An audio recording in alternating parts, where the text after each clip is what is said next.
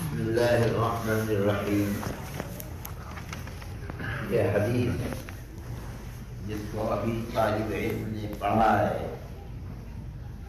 در حقیقت امام بخاری رحمۃ اللہ علیہ ایک باب کے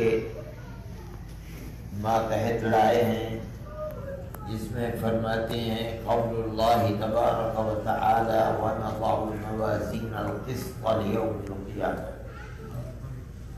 ہم قیامت کے دن میدان محشر میں عدل و انصاف کو ظاہر کرنے کے لیے ترازو رکھیں گے،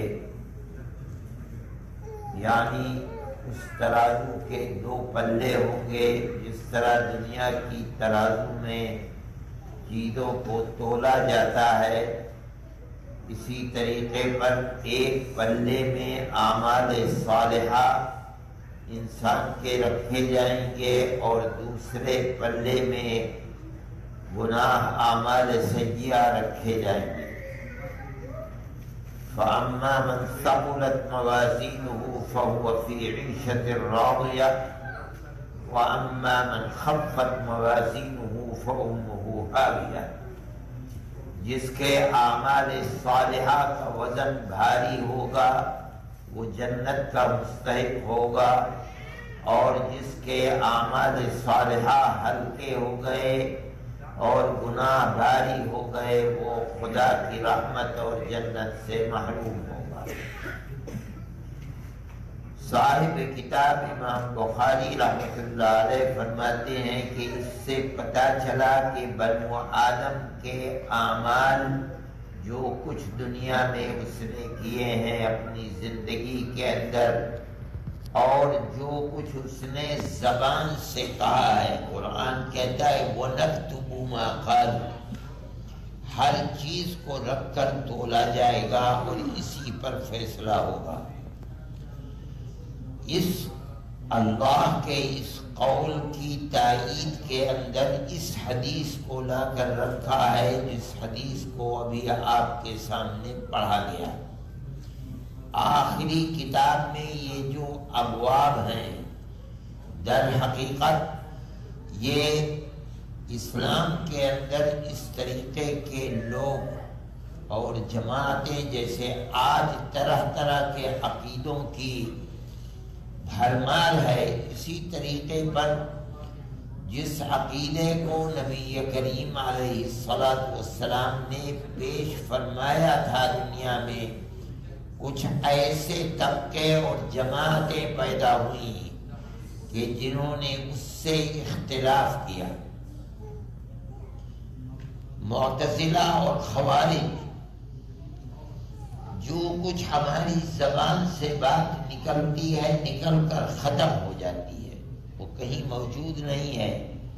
جو ہم کرتے ہیں عمل، کسی کو مارا، کسی کو کوئی چیز دے دی، کسی پر احسان کیا، کسی کے ساتھ برا کیا، ہمارے وہ اعمال باقی نہیں رہتے، نظر نہیں آتے، ختم ہو جاتے ہیں۔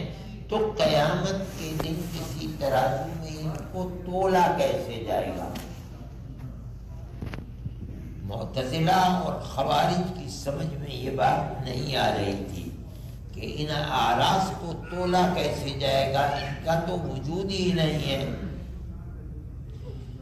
یہ بنیاد بنی کہ انہوں نے اس کو رد کر دیا۔ یہ کہا کہ قرآن میں جو کہا جا رہا ہے کہ ترازو رکھا جائے گا، اس سے مراد ترازو نہیں ہے، بلکہ ترازو بول کر کے مراد عدل و انصاف ہے۔ اس لیے کہ ترازو کے دو پلوں میں چیز کو رکھ کر یہ دیکھا جاتا ہے کہ برابر ہے یا نہیں۔ اللہ یہ بیان کرنا چاہتا ہے کہ ہمارا معاملہ بندوں کے ساتھ بالکل عدل و انصاف کا ہوگا۔ اس نے اس عدل و انصاف کو ذہن سے قریب کرنے کے لیے دنیا میں جس چیز سے انصاف اور عدل برابری کی جاتی ہے وہ ترازو ہے، اس کو پیش کیا۔ یہ لوگوں کا اس طرح کے لوگ ہر زمانے میں پیدا ہوتے رہتے ہیں. ہمارے آخری زمانے میں سر سید جو یونیورسٹی علی گڑھ کے بانی ہیں وہ بھی اسی طریقے کا ذہن رکھتے تھے. جنت اور جہنم کو نہیں مانتے تھے بلکہ اس کی تعویل کرتے تھے. جو دارالعلوم کی بنیاد رکھنے والے ہیں حضرت مولانا قاسم صاحب نانوتوی رحمۃ اللہ علیہ، بڑے پائے کے عالم دین تھے اس زمانے میں. اپنے ہم عصروں کے اندر ان سے ان کی خط و کتابت ہوئی اور وہ خط و کتابت چھپی ہوئی ہے. وہ یہ کہتے تھے کہ یہ بات جو عقل میں نہیں آتی ہے، ہر فیصلہ جو شریعت کا ہے ہم اس کے سامنے اپنی عقل کو رکھیں گے. خدا نے ہمیں عقل دی ہے، اگر وہ عقل اس فیصلے کی تائید کرے گی تو ہم قبول کریں گے ورنہ ہم اس کی تعویل کریں گے. یہ سر سید کا مسلک تھا. اس کے مقابلے میں حضرت نانوتوی رحمۃ اللہ علیہ نے ان کو لکھا یہ صحیح ہے کہ ہم عقل کو سامنے لائیں گے، جو بات اللہ اور رسول اللہ نے فرمائی ہے ہم اس کی تہ تک پہنچنے کے لیے اپنی عقل کو کام میں لائیں گے. اگر ہماری عقل کوشش کرنے پر تہ تک پہنچ گئی اور حقیقت کو سمجھ لیا، ہم اللہ کا شکر ادا کریں گے کہ اے اللہ آپ نے ہماری عقل کی رہبری فرمائی اور عقل وہاں تک پہنچ گئی. اگر ہماری عقل حقیقت تک نہیں پہنچ سکی تو ہم اپنی عقل کا قصور سمجھیں گے، حق وہی سمجھیں گے جو اللہ نے فرمایا اور رسول اللہ نے فرمایا. یہ متقدمین صحابہ اور تابعین کا مسلک ہے.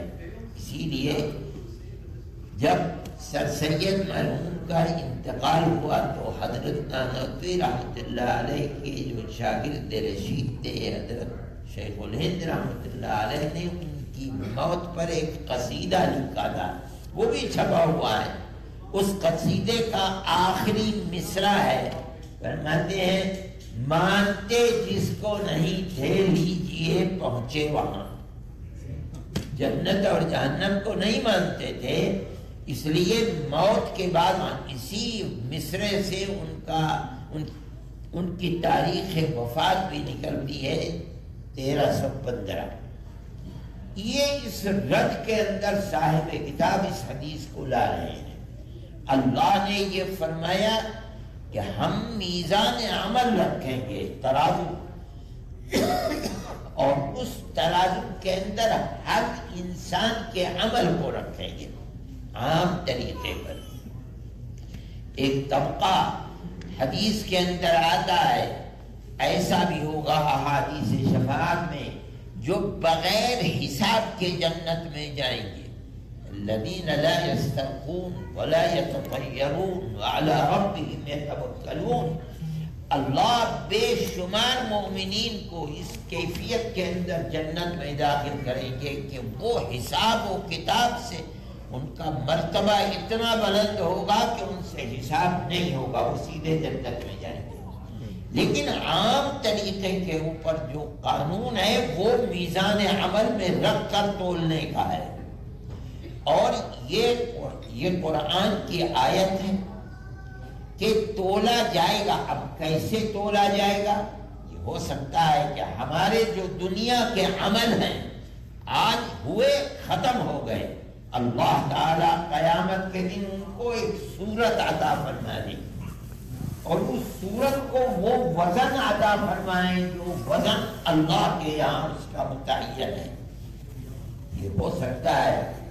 اللہ تعالیٰ حدیث میں نبی کریم علیہ السلام فرماتے ہیں کہ جب آدمی مرتا ہے قبر میں جاتا ہے تو اس کے سامنے ایک صورت آتی ہے. اگر وہ مومن ہے تو وہ صورت انتہائی حسین و جمیل ہوتی ہے.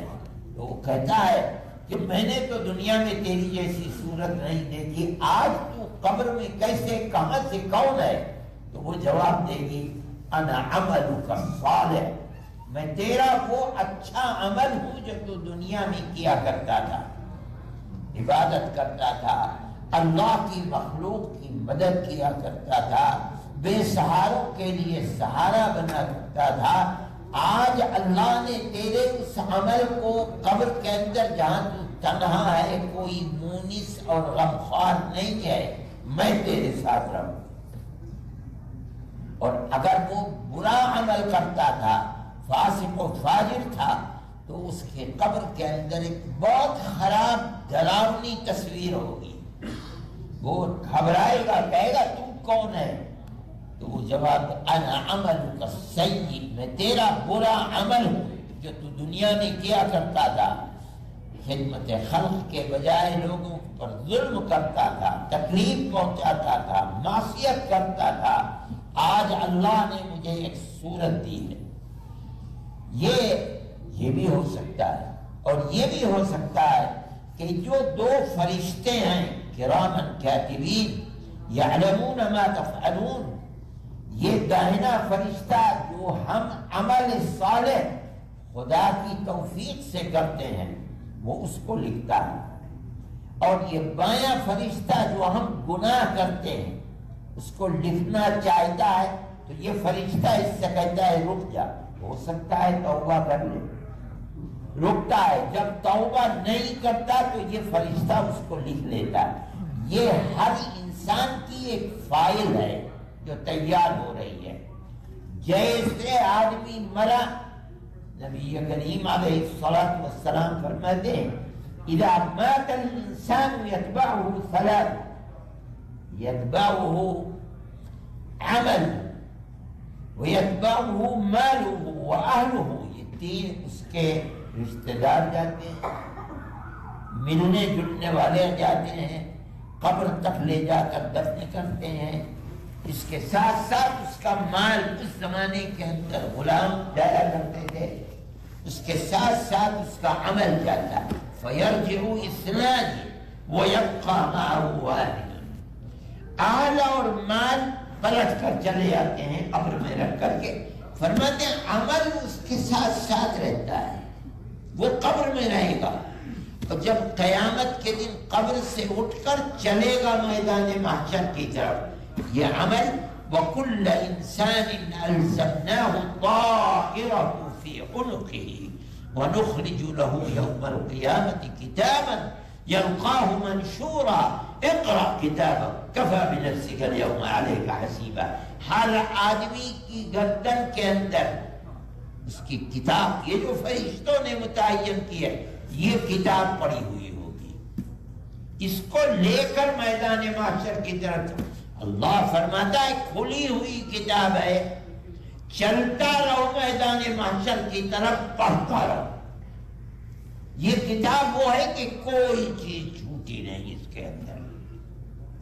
قرآن کے اندر فرماتے ہیں آدمی حیرت کرے گا، کہے گا ما لهذا الكتاب لا يغادر صغيرة ولا كبيرة إلا أحصاها۔ عجیب و غریب کتاب ہے۔ میری زندگی 100 سال کی، 200 سال پہلے تو زندگی 1000 سال کی ہوا کرتی تھی۔ حضرت نوح علیہ نبینا علیہ السلام 950 سال تو دور نبوت ہے ان کا۔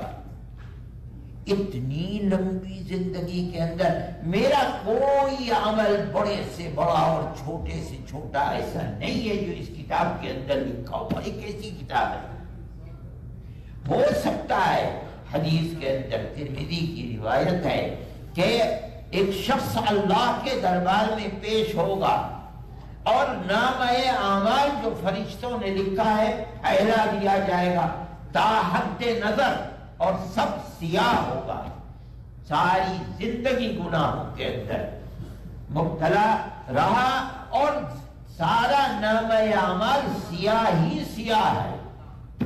لیکن انسان اپنے اس گناہ کے اوپر معترف ہے، شرمندہ ہے، گردن جھکائے ہوئے ہے۔ اللہ تعالیٰ پوچھے گا بتا میرے فرشتوں نے کیا تیرے اوپر ظلم کیا؟ کہے گا نہیں، الہ العالمین جو ہے صحیح ہے، میری ساری زندگی ایسی ہی تھی۔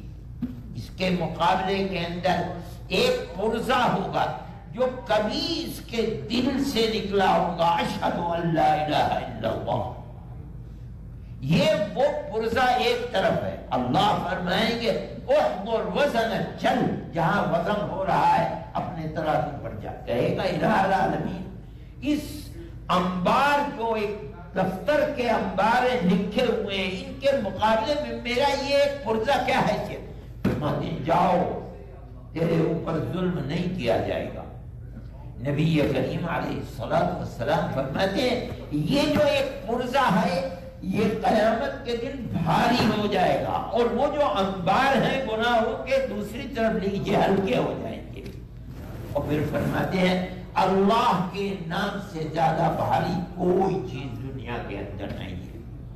اس سے پتہ چلا ہو سکتا ہے معتزلہ کو جو اس پر اعتراض ہے کہ یہ کیسے ہو سکتا ہے اور تولا کیسے جا سکتا ہے، یہ اس کا جواب اہل سنت والجماعت دیتے ہیں۔ ہو سکتا ہے کہ تولنے کی صورت یہ ہو کہ جو فرشتوں نے فائل تیار کی ہے اسی کو رکھ کر کے تول دیا جائے، اور اس کے اندر وزن عمل صالح کے اندر وزن ہوگا اخلاص و للہیت کا، جتنا عمل کے اندر اخلاص ہوگا۔ اخلاص کا مطلب ہے میں جو عمل کر رہا ہوں صرف اللہ کی رضا کے لیے کر رہا ہوں، اس کا وزن اتنا ہی بڑھ جائے گا۔ اور گناہ کے اندر طغیان و سرکشی، اللہ اور رسول اللہ کی نافرمانی جتنی ہوگی اس کا وزن اتنا ہی بڑھ جائے گا۔ بعض روایات کے اندر آتا ہے اتنا ناراض کسی عمل سے اللہ ہوتا ہے کہ پشت آدمی کے بعد بھی اس کی سزا کا سلسلہ جاری رہتا ہے۔ العیاذ باللہ۔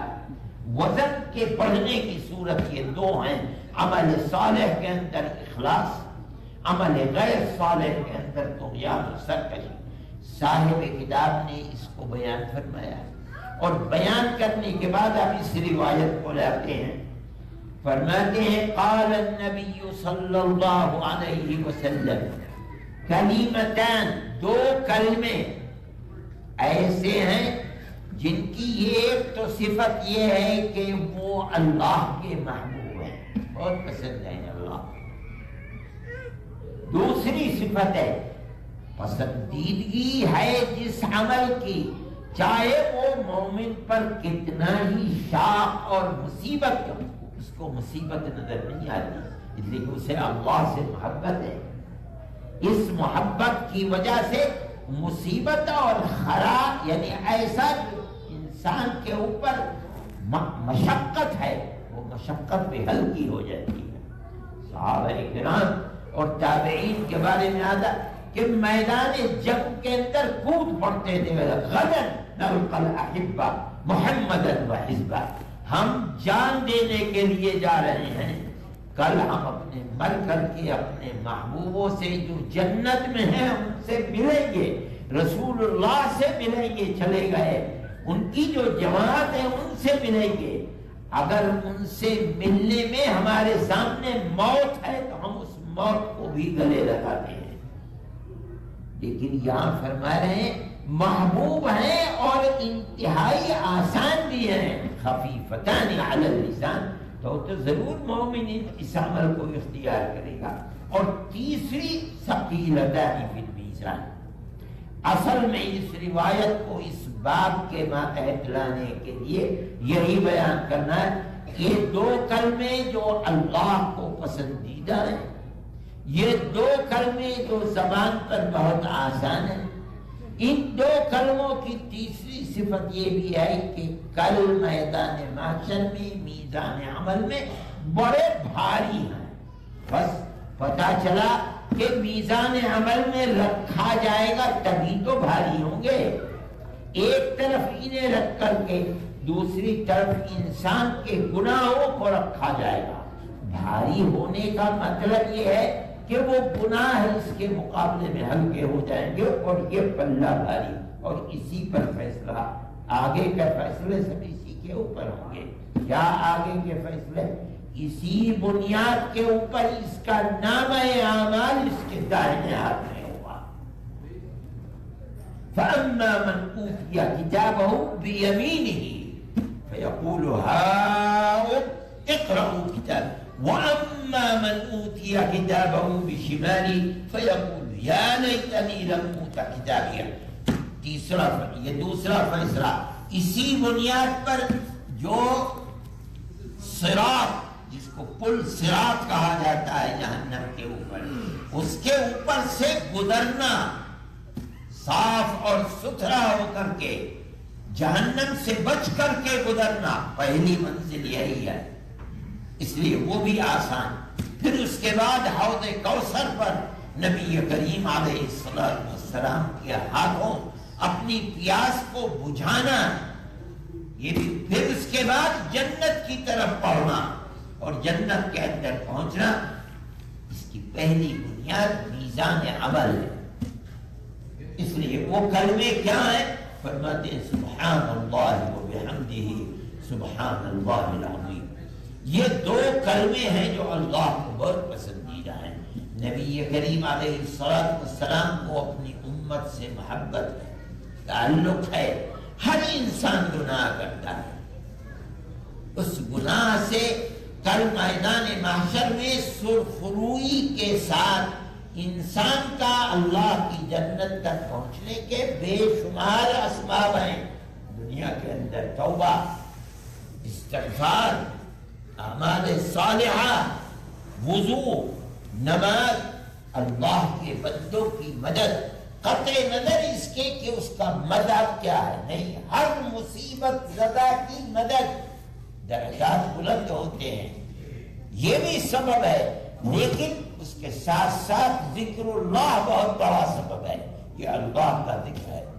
کہے سبحان اللہ، چلتے پھرتے اٹھتے بیٹھتے جب یاد آ جائے سبحان اللہ و بحمدہ سبحان اللہ العظیم. جو گناہ دن بھر ہوئے ہیں ان گناہوں کے لیے کفارہ یہ کلمہ ہے سبحان اللہ و بحمدہ سبحان اللہ العظیم. امام بخاری رحمۃ اللہ علیہ آخر کے اندر اس حدیث کو لے کر آئے ہیں. متنبہ کرنا چاہتے ہیں ہمیں اور آپ کو اور مومنین. ایک تو یہ کہ اپنے عقیدے کو صحیح رکھو.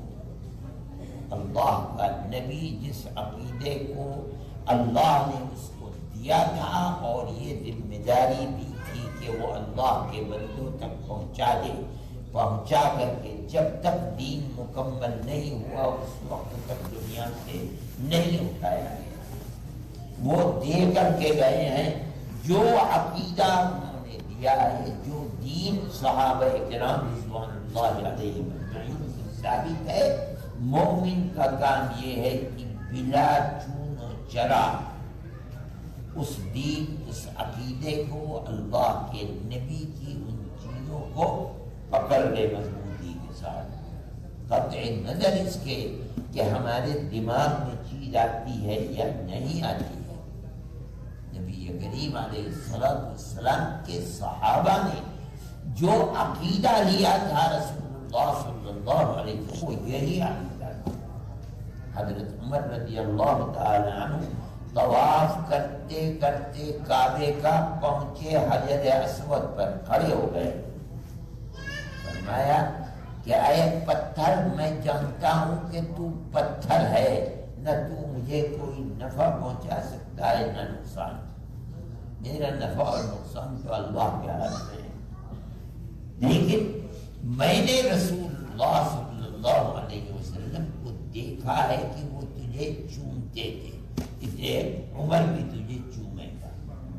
قطع نظر سے میرا دماغ کہتا ہے تیرے بس میں کچھ نہیں، تو میں تجھے کیوں چوموں. نبی جو عمل کر رہا ہے، جو دے کر جا رہا ہے، ہمارا ایمان ہے کہ وہ کبھی جو بات ان کی زبان سے نکلی نہ غلط ہو سکتی ہے، نہ جو انہوں نے کیا وہ غلط ہو سکتی. کیوں؟ اس لیے کہ رسول اللہ کی زبان سے جو نکلتا ہے وہ حق ہے، جو وہ کرتے ہیں وہ حق ہے. یہی عقیدہ صحابہ کا تھا، عقل میں آئے یا نہ آئے. نبی کریم علیہ السلام نے صبح کو ایک دن فرمایا، باقی زندگی میں جہاں ماننے والے کم تھے نہ ماننے والے زیادہ تھے، ایک دن فرمایا کہ آج رات میں مجھے اٹھا کر کے لائے کعبے میں، حکیم نے لا کر کے میرے سینے کو چاک کیا. ان کے پاس ایک سونے کی تشت تھی، اس کے اندر میرے دل کو نکال کر رکھا اور زمزم کا پانی لائے، میرے دل کو دھویا، دھو کر کے اس کے اندر ایمان و حکمت کو بھر دیا، بھر کر کے میرے سینے میں رکھا، پھر سینے کو سی دیا اور فوراً مجھے اٹھایا. میں اٹھ بھی گیا، قریب میں براق تھا، اس کے اوپر مجھے بیٹھا رہا اور لے کے چلے. اور براق کیا تھا کہ وہ جب اپنا قدم بڑھاتا تھا تو جہاں تک نظر کام کرتی تھی وہاں جا کر کے پڑا، اور لمحوں کے اندر بیت المقدس پہنچ گئے. وہاں میری انبیاء سے ملاقات ہوئی. پھر وہاں سے دوبارہ سفر ہوا تو پہلے آسمان پر جبرائیل نے کھٹکھٹایا، کہا کون؟ کہا جبرائیل. کہا کون ہے؟ کہا اکیلے وہ ساتھ. کہا میرے ساتھ محمد ہے. کہا کہ تم کو بھیجا گیا تھا لانے کے لیے یا خود لے کر؟ کہا نہیں، مجھے بھیجا گیا تھا. دروازہ کھلا، پھر دوسرا، پھر تیسرا، پھر چوتھا، یہاں تک کہ 7ویں آسمان کو. اور وہاں سے مجھے اللہ نے 5 نمازوں کا تحفہ دیا ہے جو میری امت پر فرض ہے، میرے وہ لے کر کے آیا. لوگوں نے قبول نہیں کیا، بلکہ ارباب تاریخ تو یہ بھی لکھتے ہیں کہ کچھ لوگ جو ایمان لے آئے تھے وہ ایمان سے پھر گئے. یہ کیسے ہو سکتا ہے؟ ارے صبح کو جاتے ہیں، شام ہو جاتی ہے، تیز اونٹ اور گھوڑوں کے اوپر جلتے پہنچتے ہوئے. یہ کیسے ہو سکتا ہے کہ ایک رات میں پھر لمحوں کے اندر بیت المقدس، اور بیت المقدس سے 7ویں آسمان کے اوپر، اور پھر وہاں سے واپس بیت المقدس سے مکہ معصومہ کے اندر. یہ کیسے ہو سکتا ہے؟ تو محمد یا ایھا الذی نزل علیہ الذکر انک لمجنون، ہمارا دماغ خراب ہو گیا. کیا باتیں کرتے ہیں؟ ایک دوسرے سے ابو بکر چلے آئے. ابو بکر سے کہا کہ ابو بکر دیکھو کیا کہتے ہیں. روزانہ ایک نیا شگوفہ. کیا ہے؟ کہا محمد یہ کہہ رہے ہیں، یہ کہہ رہے ہیں. کہا اگر محمد کہتے ہیں تو ابو بکر کہتا ہے ساری دنیا کہے کہ حق نہیں ہے، ابو بکر جو فرماتے ہیں صحیح. میں کہ روزانہ کو خبر دیتے ہیں کہ آسمان سے یہ آیت اتری، یہ آیت اتری، یہ آیت اتری، اور ابو بکر ایک ایک حرف کی تصدیق کرتا ہے. کیوں؟ اس لیے کہ وہ رسول اللہ. جب میں نے مان لیا کہ وہ رسول اللہ ہے، ختم ہو گیا مسئلہ. وہ جو فرماتے ہیں حق ہے، ابو بکر کی سمجھ میں آئے یا سمجھ میں نہ آئے. ایمان کا دار و مدار اسی کے اوپر. موت کے بعد قبر میں جانا، قبر کے اندر فرشتوں کا آنا، اٹھانا، یہ سوال کرنا کہ تیرا رب کون ہے، من ربک وما دینک وما ھذا الذی بعث الیکم. یہ جو کچھ بھی ہے یہ سب رسول اللہ کے فرمانے کے اوپر ہے. آدمی اپنی آپ یہی بنیاد ہے دین کی. جب تک آدمی بے چون و چرا اس کو قبول نہیں کرے گا، ساری عقل اور دنیا ایک طرف، مومن کے یہ عقیدہ جب تک یہ نہیں ہوگا اس وقت تک ایمان مکمل نہیں. یہ آج سے نہیں ہے، 1400 سال سے یہی چیز ہے. اہل سنت والجماعت کا یہی عقیدہ ہے. یہی وہ عقیدہ ہے جو دنیا کے اندر ہر زمانے میں اہل ایمان کو ایک طرف اور اس کے مقابلے کے اندر ساری دنیا دوسری طرف کھڑی ہوئی ہے. مومن ہے کہ اپنے اس ایمان کے اندر تزلزل اس کے نہیں ہے، وہ ہے مومن کامل. اور جس کے ایمان میں تزلزل ہے اس کا مطلب ہے کہ اللہ اس کو ایمان سے محروم کر رہا ہے، العیاذ باللہ. اس لیے امام بخاری رحمۃ اللہ علیہ اس چیز کو پیش کرتے ہیں. یہ طلبہ عزیز ہیں، ان کی خوش قسمتی ہے، پڑھانے والوں کی بھی خوش قسمتی کی بات ہے. میں مفتی صاحب اور ان کے ساتھیوں کو مبارکباد دیتا ہوں کہ انہوں نے مدرسے کو شروع کیا اور الحمدللہ ان کے طلبہ ہیں. میرا مشورہ ہے کہ فن حدیث یہ جو کتاب ہے یہ علم حدیث کی ہے. علم حدیث کا مطلب ہے کہ جو کچھ اللہ کے نبی نے کیا، جو کچھ اللہ کے نبی نے فرمایا، جو کچھ اللہ کے نبی کی صورت، آپ کا قد و قامت، آپ کا رد، آپ کا اٹھنا بیٹھنا، اور ایک چیز ہے تقریر جس کو کہتے ہیں کہ جو نبی کریم علیہ السلام کے سامنے کیا گیا، ان 4 چیزوں کا نام علم حدیث ہے۔ جو آدمی اس کو پڑھتا ہے، اس میں غور و فکر کرتا ہے، اپنا شرف قائم کرتا ہے، در حقیقت صاحب حدیث نبی کریم علیہ السلام کی مبارک روح سے اس کا رشتہ اور تعلق قائم ہو جاتا ہے۔ حضرت شاہ ولی اللہ صاحب محدث دہلوی رحمۃ اللہ علیہ فیوض الحرمین میں فرماتے ہیں کہ میں جب مدینہ منورہ گیا تو میں نے وہاں آپ کے روضہ اطہر پر مراقبہ کیا، تو مجھے یہ محسوس ہوا کہ آپ کی مبارک قبر سے نور کے رشتے نکل رہے ہیں، دھاگے، اور دنیا میں جہاں کہیں بھی کوئی آدمی علم حدیث سے تعلق رکھتا ہے، اس کے سینے میں جا کر کے وہ پیوست ہو رہے ہیں۔ علم حدیث سے تعلق رکھنا یہ بہت بڑی فضیلت کی بات ہے۔ پڑھنے والا ہو یا پڑھانے والا ہو، اس کا رشتہ جو کچھ نبی کریم علیہ السلام کے قول کو، عمل کو پڑھا رہا ہے، اس کا رشتہ اس سے قائم ہے۔ اس کی کوشش کرنی چاہیے کہ جو رشتہ قائم ہو گیا اب وہ موت تک قائم رہے۔ یہ ضروری نہیں ہے کہ آدمی پڑھائے تبھی قائم، نہیں، بلکہ علم حدیث کا پڑھتے رہنا، مطالعہ کرتے رہنا، جو حدیث پسند آ جائے، بالخصوص معاملات کی، اللہ اور رسول اللہ، اللہ کے بندوں کے ساتھ مذہب سے اوپر اٹھ کر کسی بھی انسان کی مدد ہے، اس کی پریشانی کو دور کرنا ہے۔ ان تمام چیزوں پر جو روایات ہیں، خاص طریقے پر ان کو پڑھو، ان کو بیان کرو، ان کو لکھ کر کے دنیا کے سامنے پیش کرو۔ یہ وہ چیز ہے جس سے یہ رشتہ انشاءاللہ زندگی کے آخری لمحات تک قائم رہے گا، اور اس کو قائم رہنا چاہیے، قائم رکھنا چاہیے۔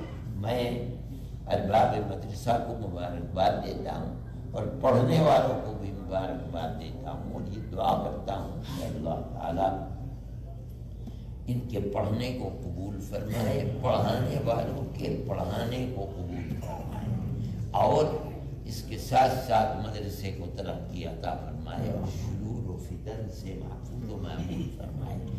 آج ساری دنیا کے اندر اسلام کی تصویر کو دنیا نے بگاڑ کر پیش کیا ہے۔ یہ آج کی ایک پریشانی اور پرابلم ہے۔ اہل علم ہی کا یہ کام ہے کہ وہ اسلام کی صحیح تصویر کو دنیا کے سامنے پیش کر سکتے ہیں۔ اس ملک کے اندر یہ لوگ اہل زبان ہیں۔ یہ ایک ایسا موضوع ہے جس کے اوپر ارباب مدرسہ کو بھی کام کرنا چاہیے۔ اسلام کی تعلیمات کیا ہیں؟ آیا وہ صلح و آشتی اور دنیا کے اندر پیار و محبت کی تعلیم دیتا ہے، یا جو تصویر آج کل دنیا میں پیش کی ہے کہ اسلام قتل و غارت گری کی تعلیم دیتا ہے؟ حقیقت یہ ہے کہ اسلام کا اس سے کوئی تعلق نہیں۔ رسول اللہ صلی اللہ علیہ وسلم کی تعلیمات ایسی، آپ کا عمل ایسا ہے کہ اس کے اندر قطعاً کوئی ظلم نہیں۔ اہل مکہ، ساری دنیا جانتی ہے کہ بدر کی جنگ سب سے پہلی جنگ ہے۔ مکے کے لوگ اٹھ کر کے آئے 1000 کر رسول اللہ کو جنگ کے لیے تیار نہیں تھے۔ کل 313 یا 317 آگے ان کے پاس نہ تلوار نہ جنگ کرنا۔ خدا کی قدرت کہ انہیں 1000 کے مقابلے میں اللہ نے آپ کی نصرت فرمائی۔ 70 مارے گئے اور 70 قید میں آ گئے۔ آپ ساری مؤرخین کو دیکھ لیں، رسول اللہ صلی اللہ علیہ وسلم نے وہ 70 جو قید میں تھے ان کو چھوڑ دیا. یہ کہا ٹھیک ہے، جو بہت زیادہ مالدار ہے وہ 3000 درہم دے دے، جو دوسرے درجے کا مالدار ہے وہ 2000 دے دے، جو غریب ہے وہ 1000 درہم دے دے، ہم چھوڑتے ہیں. بلکہ اور جو پڑھا لکھا ہے وہ ہمارے بے پڑھے لکھے لوگوں کو پڑھائے، اور جب وہ پڑھنے چلا جائے بغیر کیے. کیا مطلب ہے؟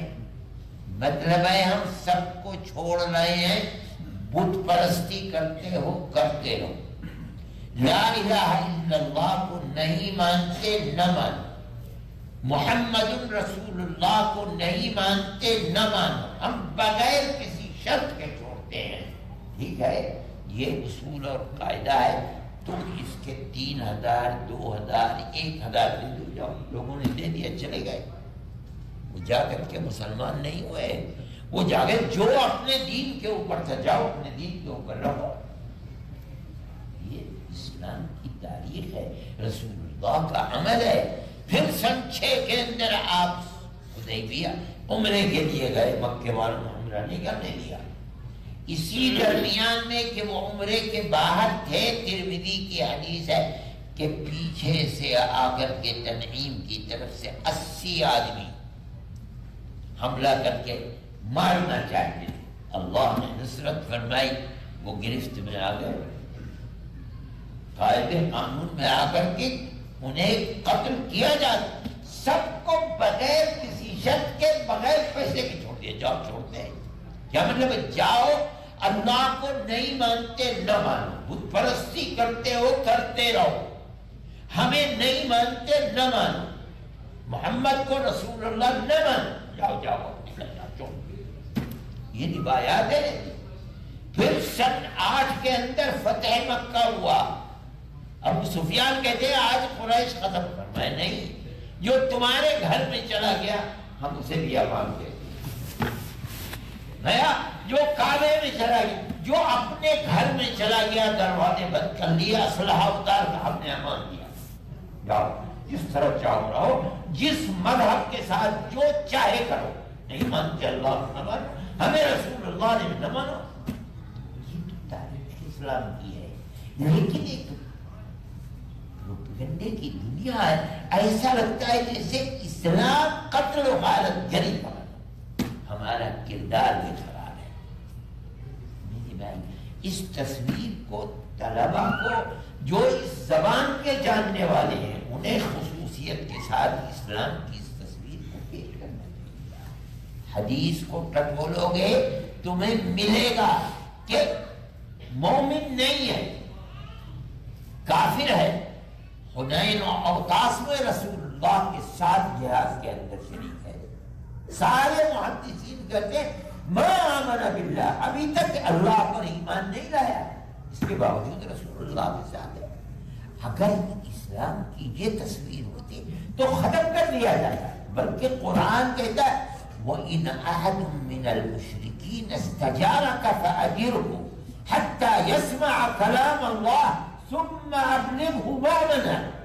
اگر کوئی دین کو نہ ماننے والا آپ سے پناہ چاہتا ہے کہ آپ کے پاس آئے تو آپ اسے پناہ دے دیجیے، تاکہ وہ اللہ کی پروپیگنڈے نے اسلام کے اوپر اندھیرا چھا رکھا ہے، آپ اس کو آنے دیجیے، وہ دیکھے تو قرآن اللہ کہتا کیا ہے، رسول اللہ کا عمل کیا ہے، امن و شانتی کی تبلیغ اور تعلیم کیا ہے، آئے تو. اگر اس کا دل مطمئن ہوتا ہے اسلام، اگر پھر بھی مطمئن، تو رسول اللہ آپ کی ذمہ داری ہے کہ وہ جہاں کا رہنے والا ہے امن و امان کے ساتھ وہاں پہنچائیے بھی اس کو. نہیں مان لایا، نہیں مان، یہ قرآن کہتا ہے. اسلام کی اس تصویر کو آپ کی زبان ہے، آپ لکھ سکتے ہیں، آپ اس کو پیش کیجئے تاکہ اسلام کی تصویر، تب یہ سمجھا جائے گا کہ آپ نے جو کچھ پڑھا ہے آپ نے اس کو صحیح جگہ تک پہنچایا. اللہ تعالیٰ سب کو اس کے اوپر چلنے کی توفیق عطا. وآخر دعوانا ان الحمد للہ رب العالمین.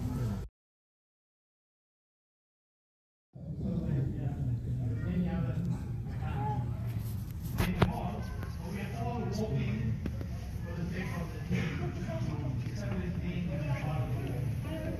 میری سائڈ سے جو بھی ہے from here is life.